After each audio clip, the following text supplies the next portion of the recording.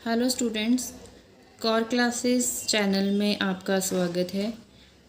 जैसे कि आप जानते हैं कि आपके एग्ज़ाम चल रहे हैं, तो उसके रिगार्डिंग इम्पॉर्टेंट क्वेश्चन या फिर रिवीजन क्वेश्चन हम अपने चैनल पे रेगुलरली अपलोड करते रहते हैं। तो आज हम जो कोर्स कोड लेकर आए हैं वो है BCSCT 131। इसके कुछ रिवीजन क्वेश्चन आंसर्स हम आपके सामने लेकर आए हैं। मैं वीडियो शुरू करने से पहले आपको एक बार इन्फॉर्म कर दूं कि प्लेलिस्ट BSc जनरल का एक प्लेलिस्ट बना हुआ है इम्पॉर्टेंट क्वेश्चंस का।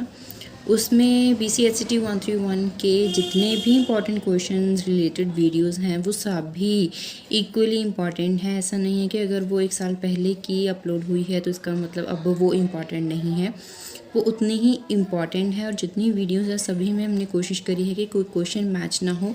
ज़्यादातर जो रिपीट होते हैं क्वेश्चंस उनको हम ज़्यादा डिस्कस करते हैं, और उसके अलावा जो प्रीवियस ईयर क्वेश्चंस आते हैं उनको डिस्कस करते हैं विद सॉल्यूशन। इसीलिए आप ये वीडियो आपका टाइम सेव करती है। आई होप आपने इसकी रिवीजन कंप्लीट कर ली होगी ऑलमोस्ट, और अभी ये वीडियो सिर्फ आपकी रिवीजन के लिए है। आप एक बार इन क्वेश्चंस को गो थ्रू हो लीजिए, ताकि एक बार दोबारा से रिवाइज़ कर लीजिएगा।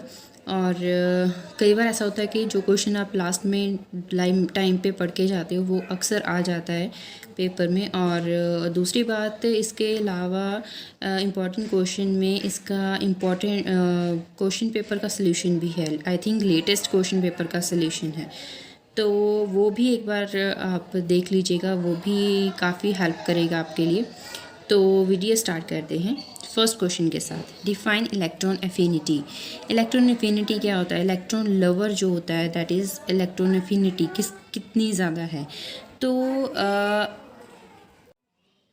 तो एक इलेक्ट्रॉन कितना मतलब अटैच हो सकता है किसी दूसरे एटम के साथ या फिर मॉलिक्यूल के साथ। अटैच होने की जितनी उसकी पावर होती है उतना अमाउंट ऑफ एनर्जी रिलीज़ होता है, उस अमाउंट को बोलते हैं इलेक्ट्रॉन एफिनिटी। और आपको मैं ये बता दूं कि ये 2020 में आ चुका है ये question. Next question is write electron configuration of chromium. So chromium has atomic number 24 and it has unpaired electrons, 5 unpaired electrons present in 3D orbitals. That's why this question is very important. तो एक बार जरूर कर लीजिएगा। और दूसरा, इसका question दूसरी तरह से आ सकता है कि किसी ऑक्सीडेशन स्टेट जो स्टेबल कौन सी होती है, वो भी क्वेश्चन आ सकता है। Next is Hund's rule, state Hund's rule. तो किसी पर्टिकुलर एनर्जी लेवल में अनपेड इलेक्ट्रॉन जो हो सकते हैं, अनपेड इलेक्ट्रॉन मैक्सिमम हो सकते हैं। तो the electron will last fill the available orbital energy. Hund's rule is very important, and Pauli exclusion principle is equally important.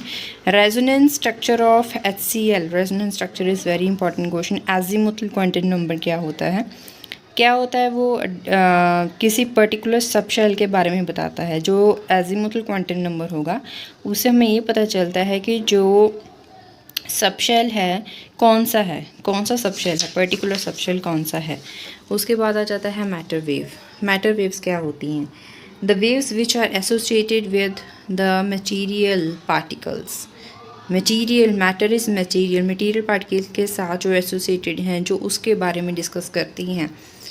And दूसरी शर्त होनी चाहिए, वो डी ब्रॉगली रिलेशनशिप को फॉलो करते होने चाहिए, that are matter waves. Lattice energy क्या होती है? लैटिस क्या होता है आपको पता है? जब किसी कंपाउंड का, आयनिक कंपाउंड का फॉर्मेशन होता है, उस टाइम कोई भी आयनिक कंपाउंड का 1 मोल बनता है, 1 मोल, देन उस टाइम कुछ अमाउंट एनर्जी का रिलीज़ होता है, उस अमाउंट को लैटिस एनर्जी बोलते हैं। Next is draw structure. सबसे पहले तो ये है 1 bromo 2 क्लोरोबेंजीन। 1 bromo 2 क्लोरोबेंजीन मतलब कि यहाँ पे जो सब्स्टिट्यूएंट है वो पेरेंट जो है एटम, वो है पेरेंट, ये है क्लोरोबेंजीन। तो 1 पोजीशन पे क्या लगा हुआ है? ब्रोमो। तो इसे 1 नंबर क्यों दिया गया? Bromo alphabetically. ये आपको रूल्स, आई थिंक आपको आईपिक नेम आते होंगे। 1,3 डाइब्रोमोबेंजीन। कुछ ऐसे स्ट्रक्चर्स हैं, ज़रूरी नहीं है कि जो स्ट्रक्चर हमने बताए हैं वो ही आएंगे, लेकिन ये सिर्फ प्रैक्टिस के लिए है। स्ट्रक्चर तो कोई भी आ सकता है। और इसके बाद हम चलते हैं नेक्स्ट क्वेश्चन पे। Complete the reaction. Complete the reaction में यहाँ पे देखिए अल्काइन दिया हुआ है, यहाँ पे अल्काइन के साथ यहाँ पे देखिए पॉइजन कैटलिस्ट की अगर एडिशन होती है और साथ साथ बेरियम सल्फेट है तो हाइड्रोजनेशन हो रही है, ऑब्वियसली एडिशन ऑफ हाइड्रोजन, तो डबल बॉन्ड का सिंगल बॉन्ड, ट्रिपल बॉन्ड का डबल बॉन्ड बन जाता है, you know that. And complete the reaction, show the mechanism. यहाँ पे अल्कीन की एडिशन पर बेंजोइक का मतलब क्या है, पर बेंजोइक, यहाँ पे मैंने आई थिंक गलत लिखा है, यहाँ पे COOH यहाँ पे, उसके बाद यहाँ पे इपोक्साइड बनता है और बेंजोइक एसिड, इसका मैकेनिज्म सामने है। उसके बाद है peroxide effect with help of example. Peroxide effect क्या होता है, आपने मार्कोनिकॉफ रूल तो सुना ही होगा। मार्कोनिकॉफ रूल जो होता है उसके अकॉर्डिंग क्या होता है, सेकेंडरी कार्बोकेटाइन ज़्यादा स्टेबल मानते हैं और उस एज़ कम्पेयर टू प्राइमरी। लेकिन अगर पेरोक्साइड उसमें डाल दिया जाए रिएक्शन में, पेरोक्साइड की एडिशन हो जाए तो ये सारा स्टेबिलिटी रिवर्स हो जाता है। इसमें क्या होता है कि primary carbocation would become more stable as compared to secondary as compared to the tertiary. That is known as anti-Markovnikov rule and also known as peroxide effect because there is addition of peroxide that affect the reaction. तो इसमें देखिए propene है, hydrohalogenation हो रही है, 2 bromo minor में बन रहा है, जबकि अगर मार्कोनिकॉफ हम डिस्कस करते हैं तो उसमें ये मेजर बनता है। ठीक है, नेक्स्ट क्वेश्चन चलते हैं। नेक्स्ट इज कि चेन नंबर क्या होता है। Straight chain hydrocarbon constitute a superior fuel than the branched chain hydrocarbon. Quality of diesel fuel is expressed in the number of in terms of a number that is chain number.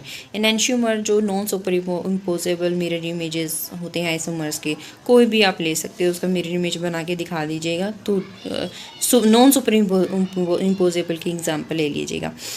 Inductive effect क्या होता है और inductive effect basicity को कैसे affect करता है। Inductive effect plus आई minus आई ऐसे होते हैं।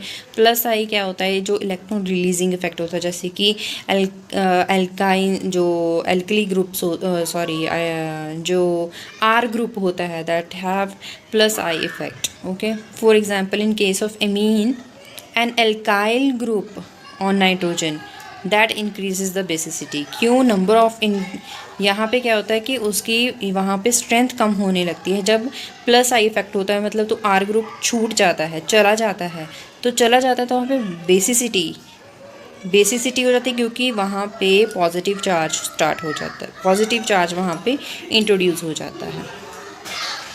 Next question is why is iodide ion is a good nucleophile but a weak base. और वीक बेस और गुड न्यूक्लियोफाइल की जो डेफिनेशन होती है वही यहाँ पे आपको बतानी है। आयोडीन के केस में आपको बताना है, आयोडीन का आपको पता है साइज़ तो लार्ज होता है और साइज़ लार्ज होने की वजह से जो न्यूक्लियस का आउटरमोस्ट शेल पे इफेक्ट इतना ज़्यादा नहीं होता है। तो क्या होता है, जो आउटरमोस्ट इलेक्ट्रॉन्स होते हैं वो फ्रीली मूव कर सकते हैं, मतलब कि वो इजीली डोनेट हो सकते हैं, वहाँ से निकल सकते हैं और वहाँ पे आयोडीन पॉजिटिव बन सकता है। ठीक है, तो क्या होता है, can attack a partial positive carbon atom readily. और पार्शियल पॉजिटिव जो कार्बन एटम है वहाँ पे अटैक होना इजी हो सकता है। It does not easily accept a proton, क्योंकि वो तो खुद पॉजिटिव बनता है, तो वो अगर खुद पॉजिटिव बनता है तो वो ईजिली प्रोटोन एक्सेप्ट नहीं करता है। अगर वो एक्सेप्ट ईजिली कर पाता, प्रोटोन एक्सेप्ट कर पाता, तो वो गुड न्यूक्लियोफाइल ना होता और वो वीक बेस होता, मतलब वो वीक बेस भी ना होता। ठीक है, तो गुड न्यूक्लियोफाइल तो वो है ही, उसकी क्या शर्त है, क्योंकि वो प्लस पॉजिटिव बन जाता है, गुड न्यूक्लियोफाइल है। ओके, और वो इलेक्ट्रॉन हीटर है और उसके बाद वहाँ पे न्यूक्लियस की कमी हो जाती है न्यूक्लियोफाइल, बट वीक बेस क्यों है, क्योंकि does not easily accept a proton. Okay, ये क्वेश्चन इंपॉर्टेंट है, ये हमने कर लिया आई थिंक। हाँ, इसके बाद है वन यूज़ ऑफ हाइड्रोजन। देखिए अमोनिया सिंथेसिस में यूज़ होता है। बोरोन एल्यूमिनियम कैसे रिएक्ट कर सकते हैं सोडियम हाइड्रोक्साइड के साथ, सोडियम बोरेट बनता है। और ऑर्थोपैरा फॉर्म ऑफ हाइड्रोजन, ये आप सब सिंपल डेफिनेशन देनी है। यहाँ पे हाईएस्ट इलेक्ट्रॉन एफिनिटी किसकी हो सकती है, डेफिनेशन अभी हमने पढ़ी है। आगे है रिफाइनिंग ऑफ निकल में कौन सा प्रोसेस है यूज़ होता है, दैट इज़ मॉन्स प्रोसेस। अभी कुछ छोटे छोटे 1 नंबर के क्वेश्चंस हैं, तो ये भी देख लीजिए एक बार। नेक्स्ट इज़, उसके बाद है constituent of water gas, carbon monoxide, hydrogen. Noble gas discovered हुई थी लेटर, क्रैकिंग रिएक्शंस क्या होती हैं, ये इतना इंपॉर्टेंट नहीं है लेकिन कर लीजिएगा। यहाँ पे है हाईएस्ट इलेक्ट्रोनेगेटिविटी का आपको ट्रेंड बताना है और कौन सा है हाईएस्ट इलेक्ट्रोनेगेटिव है और कौन सा लोएस्ट है। आपको पता होना चाहिए कौन से एलिमेंट्स हैं ये अकॉर्डिंग टू पीरियड हैं, ये अकॉर्डिंग टू ग्रुप हैं, उसके अकॉर्डिंग आप इसकी प्रॉपर्टी बता सकते हैं। हैलोजन एटम ऐसा कौन सा है जो एलिमेंट ऐसा कौन सा है जो सॉलिड है रूम टेम्परेचर पे? क्लोरीन गैस है, फ्लोरीन गैस है, आयोडीन सॉलिड होता है, ब्रोमीन गैस है, ठीक है, ब्रोमीन लिक्विड होती है। पीरियड है, ये अकॉर्डिंग टू ग्रुप है, उसके अकॉर्डिंग आप इसकी प्रॉपर्टी बता सकते हैं। हैलोजन एटम ऐसा कौन सा है जो एलिमेंट ऐसा कौन सा है जो सॉलिड है रूम टेम्परेचर पे? क्लोरीन गैस है, फ्लोरीन गैस है, आयोडीन सॉलिड होता है, ब्रोमीन गैस है, ठीक है, ब्रोमीन लिक्विड होता है, ठीक है। तो ये आयोडीन जो है वो सॉलिड है, इसकी बॉल्स होती हैं। और इसके बाद नेक्स्ट जो क्वेश्चन है, वेव फंक्शन का सिग्निफिकेंस, वेरी वेरी इंपॉर्टेंट। ये बताता है किसी भी वेव का एम्पलीट्यूड। ऑफ प्रिंसिपल इम्पॉर्टेंट है, हुन्स रूल इम्पॉर्टेंट है, पॉल एक्सक्लूजन प्रिंसिपल इम्पॉर्टेंट है। आयनाइजेशन एनर्जी किसका टाइम फॉर्मेशन टाइम कितनी एनर्जी रिलीज़ होती है, मतलब कितनी एनर्जी रिलीज़ नहीं होती है, कितनी मिनिमम अमाउंट ऑफ एनर्जी चाहिए होती है अगर हमें कैटायन फॉर्मेशन करना हो। फॉर एग्जांपल अगर आयोडीन है उसको हमने पॉजिटिव बनाना हो, उसके लिए कितनी एनर्जी चाहिए होगी इलेक्ट्रॉन को रिमूव करवाने के लिए, दैट इज़ आयोनाइजेशन एनर्जी, मतलब आयोनाइजेशन आयन की फॉर्मेशन के लिए रिक्वायर्ड एनर्जी। ओके, एनेंशियोमर्स क्या होते हैं, और यहाँ पे है रेडियो ट्रेसेस, कोई भी 2 बताने हैं। हाइब्रिडाइजेशन क्या होती है, डेफिनेशन इसकी अक्सर आ जाती है। और दूसरा क्या हो सकता है, ज़्यादातर क्वेश्चन क्या आता है कि आपको एल्कीन दिए होते हैं, उसमें जितने भी कार्बन हैं, जैसे कि फॉर एग्जांपल 1,3-ब्यूटाडाइन दी है आपको वहाँ पे कार्बन की हाइब्रिडाइजेशन बतानी है। sp2 है क्योंकि उसमें sp2 होती है, sp3 होती है, जो भी होती है वो सारी आपको, डबल बॉन्ड में sp2 होती है, सिंगल बॉन्ड कार्बन जो अगर सिचुएटेड है तो वो sp3 होता है, ट्रिपल बॉन्ड में sp होता है, ये आपको पता होनी शायद। तो ये सारे क्वेश्चंस थे जो मुझे लगता है कि उन वीडियोस में आपको शायद नहीं मिले होंगे, तो इसीलिए मैंने यहाँ पे डिस्कस करे हैं। आई होप उन वीडियोस के साथ साथ आप ये वीडियो भी देखोगे। जितना ज़्यादा शेयर हो सकती है प्लीज़ इस वीडियो को शेयर करें ताकि ये सभी स्टूडेंट्स के पास पहुंच सके और मुझे भी मोटिवेशन मिले ताकि मैं और वीडियोस आपके साथ शेयर कर सकूं। और मैं कोशिश करूंगी जितने कोड्स इसमें इंक्लूड हो सकते हैं, जितने भी आपने डिमांड्स भेजी हैं, सारे के सारे कोड्स मैं कोशिश कर रही हूँ कि मैं सारे कंसीडर कर सकूँ। तो इसके साथ ही नेक्स्ट वीडियो में आपको मिलेंगे, और इस वीडियो के लिए आई होप आपको ये वीडियो अच्छी लगेगी। अगर अच्छी लगे तो वीडियो के एंड में इसको लाइक ज़रूर कर दीजिएगा। कमेंट्स आपने बताइए, अच्छे बुरे जो भी कमेंट्स हैं वो भी आप बताइए, और मिलते हैं नेक्स्ट वीडियो में।